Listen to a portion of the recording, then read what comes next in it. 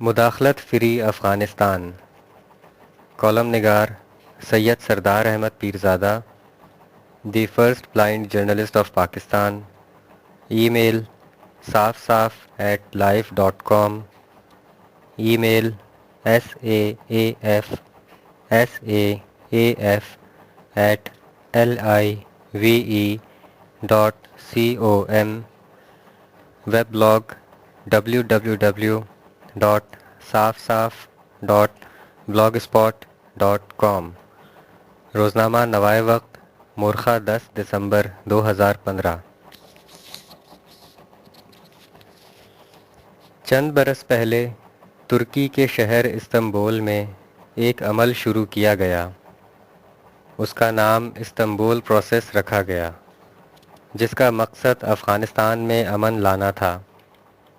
Istanbul process کے 14 ممالک بنیادی رکن بنے، جن میں افغانستان سے براہ راست تعلق رکھنے والے پاکستان، ایران، ہندوستان، سعودی عرب، ترکی، چین اور روس وغیرہ جیسے اہم ممالک شامل تھے۔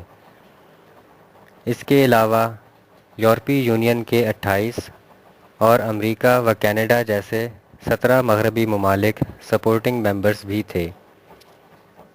اس طرح کل ملا کر تقریباً 59 ممالک افغانستان میں امن لانا چاہتے تھے۔ استنبول پروسیس کے اب تک 4 اجلاس ہو چکے ہیں۔ گزشتہ اجلاس کی میزبانی چین نے کی تھی، جبکہ حالیہ 5واں اجلاس اسلام آباد میں منعقد ہوا۔ اس کے مشترکہ میزبان پاکستان اور افغانستان تھے۔ استنبول پروسیس کو اب ہارٹ آف ایشیا کہا جاتا ہے۔ ہارٹ آف ایشیا کے 5 اجلاس ہو چکے ہیں، لیکن افغانستان میں امن کی صورتحال تبدیل نہیں ہوئی۔ افغانستان میں بدامنی کی ہسٹری 1 صدی سے پہلے شروع ہوتی ہے، جب برطانوی راج والی برٹش انڈیا فورس نے افغانستان پر قبضے کے لیے کارروائی کی۔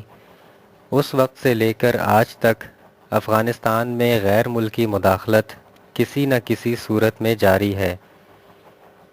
غیر ممالک افغانستان کو اپنے مقصد کے لیے استعمال کرتے آئے ہیں۔ اگر تشریح کی جائے تو افغانستان میں غیروں کی مداخلت ہی بدامنی کا باعث بنی ہوئی ہے۔ افغانستان میں بدامنی کے براہ راست اثرات پاکستان پر آتے ہیں۔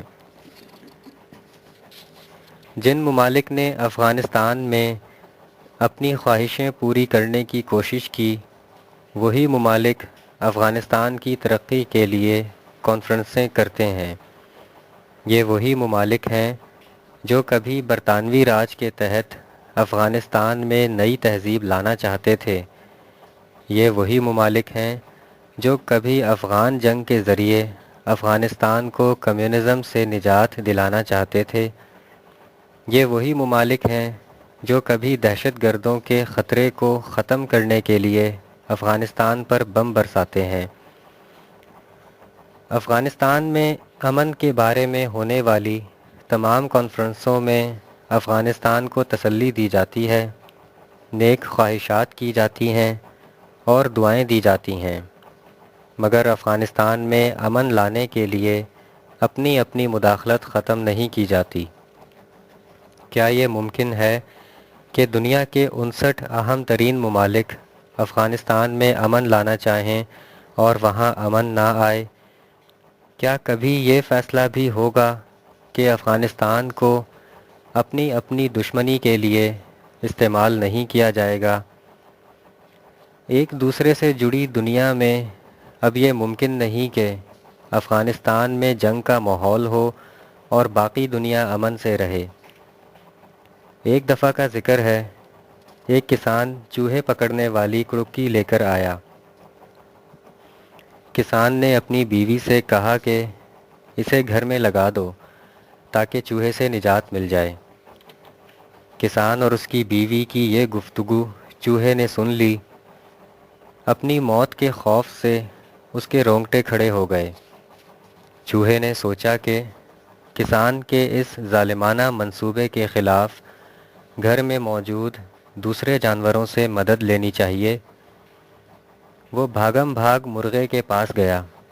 چوہے نے مرغے سے کہا، بھائی مرغے، کسان مجھے مارنے کے لیے ایک کڑکی لے آیا ہے، پلیز مجھے اس آفت سے نجات دلاؤ۔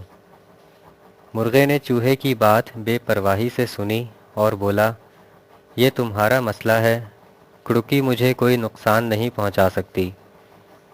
چوہا مرغے کے اس سرد لہجے پر افسردہ ہوا۔ وہ افسردگی اور غصے کے ملے جلے جذبات کے ساتھ بکری کے پاس گیا اور کہنے لگا، باجی بکری، آپ مہربان شخصیت ہیں، میری مدد کریں۔ بکری نے شفقت سے کہا، بولو کیا چاہیے؟ چوہے نے کہا، کسان نے میری موت کا انتظام کر لیا ہے، اس کی بیوی کڑکی لگا کر مجھے مار ڈالے گی۔ بکری نے چوہے کی بات غور سے سنی اور نرمی سے بولی، دیکھو چوہے، میں تم سے بہت پیار کرتی ہوں، میں تمہارے ساتھ بہت مخلص ہوں اور ہمیشہ تمہارے لیے دعائیں کرتی ہوں۔ تم جانتے ہو کہ کڑکی مجھے کوئی نقصان نہیں پہنچا سکتی، میری دعائیں تمہارے ساتھ ہیں۔ بکری کی محض زبانی کلامی تسلی سے چوہے کی ڈپریشن مزید بڑھ گئی۔ وہ نڈھال ہو کر گائے کے پاس گیا اور التجا کی کہ کسان کے پھندے سے اسے بچائے۔ گائے نے تیزی سے اپنی دم ہلائی اور کہنے لگی، کڑکی میرا کچھ نہیں بگاڑ سکتی، کڑکی جانے اور تم جانو، جاؤ یہاں سے۔ ہر طرف سے ناکام ہو کر بے یار و مددگار چوہا اپنی کھڈ میں واپس آ گیا اور موت کا انتظار کرنے لگا۔ وہ جانتا تھا کہ اگر کڑکی سے بچنے کے لیے خوراک کی تلاش میں باہر نہیں نکلے گا تو فاقے سے مر جائے گا، اور اگر بھوک مٹانے کے لیے خوراک تلاش کرنے نکلے گا تو کڑکی میں پھنس کر مر جائے گا۔ چوہے نے سارا دن اسی پریشانی اور خوف کے عالم میں گزارا۔ رات ہوئی تو کسان کی بیوی نے کڑکی لگا دی۔ آدھی رات کے وقت تڑاق سے کڑکی بند ہوئی، جس کا مطلب تھا کہ شکار کڑکی کی زد میں آ گیا۔ کسان کی بیوی اپنی چارپائی سے اٹھی تاکہ مرے ہوئے چوہے کو اٹھا کر باہر پھینک دے، مگر ہوا یہ تھا کہ کڑکی کے پاس سے ایک سانپ گزر رہا تھا۔ اس کی دم کڑکی میں آ گئی، جس سے وہ تڑاق سے بند ہوئی۔ کسان کی بیوی آواز سن کر یہ سمجھی کہ چوہا قابو آ گیا ہے، مگر وہاں چوہے کی بجائے زخمی سانپ تھا۔ جوں ہی اندھیرے میں وہ کڑکی کے پاس آئی، سانپ نے اسے ڈس لیا۔ کسان شور سن کر اٹھا اور بیوی کو فوری ہسپتال لے گیا۔ ڈاکٹر نے کسان سے کہا کہ وہ مریضہ کو انرجی دینے کے لیے چکن کا گوشت کھلائے۔ کسان گھر آیا، مرغے کو دڑبے سے نکالا اور ذبح کر دیا تاکہ اپنی بیمار بیوی کے لیے چکن سوپ اور چکن گوشت تیار کر سکے۔ بیوی ہسپتال سے گھر آ گئی، مگر اس کی صحت بہتر نہ ہوئی۔ عزیز رشتہ دار بیوی کی تیمارداری کے لیے آئے۔ مہمانوں کے کھانے کے لیے اسے بکری ذبح کرنا پڑی۔ بیوی کی حالت لمحہ بلمحہ خراب ہوتی گئی۔ سانپ کا زہر سارے جسم میں پھیل گیا۔ آخر کار بیوی مر گئی۔ کسان کے ساتھ اس کی بیوی کی موت کا افسوس کرنے گاؤں والے اور دور دراز کے رشتہ دار آئے۔ اتنے زیادہ لوگوں کے طعام کے لیے کسان نے اپنی گائے بھی ذبح کر دی۔ کڑکی صرف چوہے کا مسئلہ سمجھنے والے تینوں جانور یعنی مرغا، بکری اور گائے موت کے منہ میں چلے گئے، جبکہ چوہا زندہ اپنی کھڈ میں بیٹھا یہ سب تماشا دیکھتا رہا۔